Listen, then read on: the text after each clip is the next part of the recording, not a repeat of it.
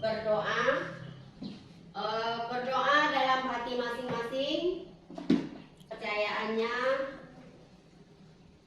Ya, berdoa mulai. Berdoa selesai. Ya, alhamdulillah sudah bisa kita mengikuti pelajaran hari ini ya. Sudah betul-betul siap untuk mengikuti pelajaran hari ini? Siap. Siap. Nah, ya, sebelum kita memulai pelajaran, Ibu ambil absennya dulu ya. Kira-kira siapa yang tidak hadir hari ini? Hadir semua. Hadir semua. Berarti hari ini kita lengkap ya? Alhamdulillah. Nah, tujuan pelajaran kita yang pertama yaitu tujuan umumnya. Peserta didik dapat menentukan strategi belajar efektif dan efisien. Nah, nanti setelah kita membahas materi cara belajar efektif dan efisien ini, kamu bisa menentukan strategi apa yang akan saya lakukan supaya belajar itu efektif dan efisien. Nah, itu tujuan umum kita. Tujuan khususnya yaitu peserta didik dapat menelaah pengertian belajar. Nah, pengertian belajar itu apa yang kamu pahami tentang belajar, belajar efektif dan efisien. Terus yang kedua, peserta didik dapat mengklasifikasikan faktor-faktor yang mempengaruhi hasil belajar. Mengklasifikasikan ini dengan mengelompokkan. Mengelompokkan faktor-faktor yang mempengaruhi belajar efektif dan efisien. Terus yang ketiga, peserta didik dapat menggunakan strategi belajar apa? Efektif dan efisien. Dalam 40 menit itu kita belajarnya enjoy, relax, dan tidak menegangkan. Oke? Nah, pembelajaran kita bentuknya nanti yaitu pembelajaran project based learning. Nah, tahu apa itu project based learning? Tidak tahu. Nah, project based learning ini yaitu cara belajar kita nanti kamu menghasilkan produk. Nah, produk itu dalam belajar ini kamu membuat satu produk. Bagaimana kalau ini kan cara belajar efektif dan efisien. Nah, produk kamu nanti mungkin bisa memunculkan cara-cara atau metode apa yang kamu gunakan untuk belajar itu bisa efektif dan efisien. Kamu betul-betul sudah siap untuk mengikuti materi ini? Siap. Ya. Tidak ada yang lemes lagi ya? Nah, berarti kita sudah siap untuk belajar. Bisa yang siapa yang belajar ini? Belajar. Coba satu orang bisa membaca ini. Nah, coba Cika, apa itu? Belajar. Belajar adalah suatu aktivitas yang dilakukan secara sadar untuk mendapatkan sejumlah pesan dari bahan yang telah dipelajari. Nah, belajar adalah suatu aktivitas yang dilakukan secara sadar untuk mendapatkan sejumlah kesan. Nah, kesan dari bahan yang telah dipelajari. Inti belajar di sini yaitu terjadinya perubahan. Nah, perubahan ke arah mana? Nah, tingkah laku menjadi lebih baik. Belajar itu adalah terjadinya perubahan dari yang baik dari yang tidak baik menjadi baik, dari yang tidak tahu menjadi tahu. Siapa yang tahu apa itu belajar efektif dan efisien? Nah, coba Airin, apa itu belajar efektif dan belajar efisien?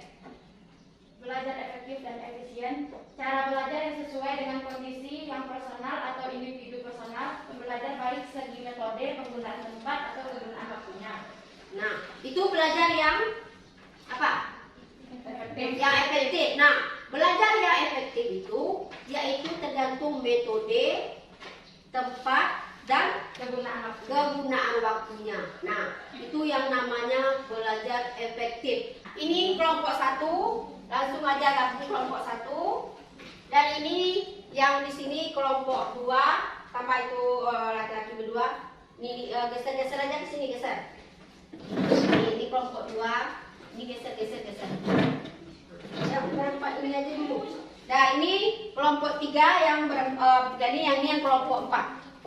Nah, coba kerjakan, waktunya Ibu kasih hanya 5 menit. Nah, kelompok 1 tadi apa kegiatannya? Nah, ini menyatu ke sini sedikit. Kelompok 1 yang kamu bahas adalah tentang mengklasifikasikan faktor-faktor. Usna, cari apa itu mengklasifikasikan faktor-faktor. Buka nah, kelompok 2 masih sama ya faktor-faktornya. Jelas itu. Nanti yang kelompok 3 itu membahas strategi belajar efektif dan efisien. Nah, kalau geser di sini yaitu sama jadi nah itu coba ke depan Airin, jelaskan apa itu tentang apa tadi faktor-faktor yang mempengaruhi hasil belajar. Nah, kelompok lain coba dengarkan, bisa kamu menanggapi atau mungkin memberi ide nanti tentang yang dibacakan kelompok 2. Kelompok 1 tolong dibantu temannya nanti ya. Nah, silakan Airin. Faktor yang mempengaruhi hasil belajar. 1. Kondisi internal, contohnya fisik atau jasmania. Apabila kondisi seseorang dikatakan sehat, maka akan mempengaruhi aktivitas dan hasil belajarnya. Misalnya kondisi sakit, secara tiba-tiba terjadi sakit kepala atau sakit perut. 2. Psikis atau kejiwaan. Apabila kondisi kejiwaan seseorang dalam belajar kurang stabil, maka akan mempengaruhi aktivitas belajarnya. Misalnya diliputi rasa ketakutan. Contoh yang kedua, kondisi eksternal. 1. Sarana dan prasarana adalah penunjang keberhasilan juga mempengaruhi aktivitas dan hasil belajar seseorang. Misalnya rumah mempunyai sarana dan prasarana penunjang keberhasilan. 2. Lingkungan sekitar. Apabila lingkungan sekitar sangat mendukung kemajuan individu, maka keberhasilan belajar dapat tercapai. Tepuk tangan dulu. Untuk kelompok 2 telah menampilkan atau membacakan hasil diskusinya. Tolong temannya menjelaskan ke depan supaya kamu memahami. Dengarkan baik-baik ya.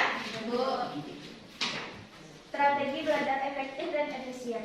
Strategi belajar efektif sangat penting untuk mencapai prestasi. Berikut ini contoh-contohnya. 1. Siapkan buku materi pelajaran yang akan dipelajari seperti buku paket, buku latihan, dan buku tulis.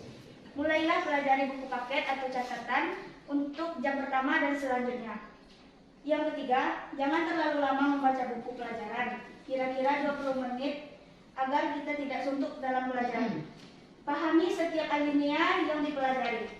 Catat hal-hal yang penting di dalam buku catatan. Jika kalian tidak mengerti, tanyakanlah kepada guru. Yang pertama tadi mungkin ada sebagian yang dibacakan oleh teman kamu tadi itu kita bahas di sini kembali. Oke. Tadi ada siapkan buku-buku materi pelajaran. Nah, kalau menurut siswa Ibu tanpa buku, tanpa materi, bisakah kita belajar? Tidak. Jadi salah satu yang diperlukan untuk cara belajar efektif itu kita memang mempersiapkan buku. Ya tak? Apakah itu buku tulis atau buku bacaan?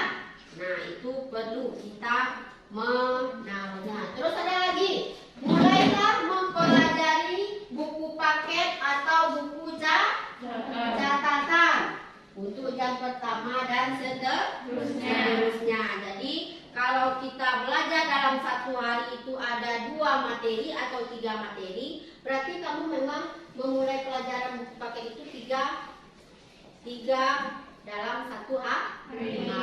Nah, terus ada lagi, jangan terlalu lama membaca buku pelajaran. Nah, ada kamu yang lihat ini waktu ujian ya. Waktu ujian itu kamu memborong atau istilahnya kebut satu malam dalam membaca buku. Padahal membaca buku itu kalau bisa paling lama yaitu menit. 20 menit. Nah, itu sudah belajar yang semaksimal mungkin. Mainannya adalah kamu sentuh apa yang ibu ucapkan, bukan yang ibu kerjakan. Paham? Paham. Kamu sentuh apa yang ibu ucapkan, tapi bukan yang ibu kerjakan. Berarti yang kamu perhatikan adalah bahasa ibu, bukan tangan ibu. Sudah jelas? Paham semuanya? Oke. Kita relate aja. Jangan takut, ini nggak ada sanksi. Ini hanya untuk mengembalikan semangat kamu dalam belajar lagi. Oke. Pegang kepalanya. Pegang bahunya. Pegang telinganya. Silakan tepuk tangan. Satu lagi. Oke. Nah, mantap. Bagaimana perasaannya? Sudah lega kembali? Sudah. Sudah bisa dimulai belajar lagi? Sudah. Ini namanya cara membuat mapping. Belajar cara membuat mind mapping. Apa itu mind mapping? Bagaimana cara membuatnya? Kita simak baik-baik.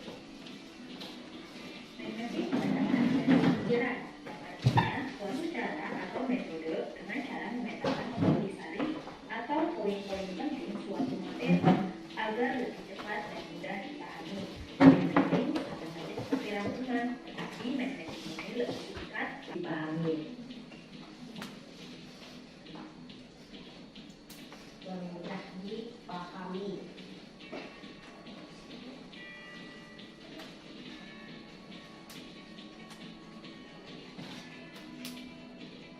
Setelah mind mapping selesai, jangan lupa berikan nama dan kelas.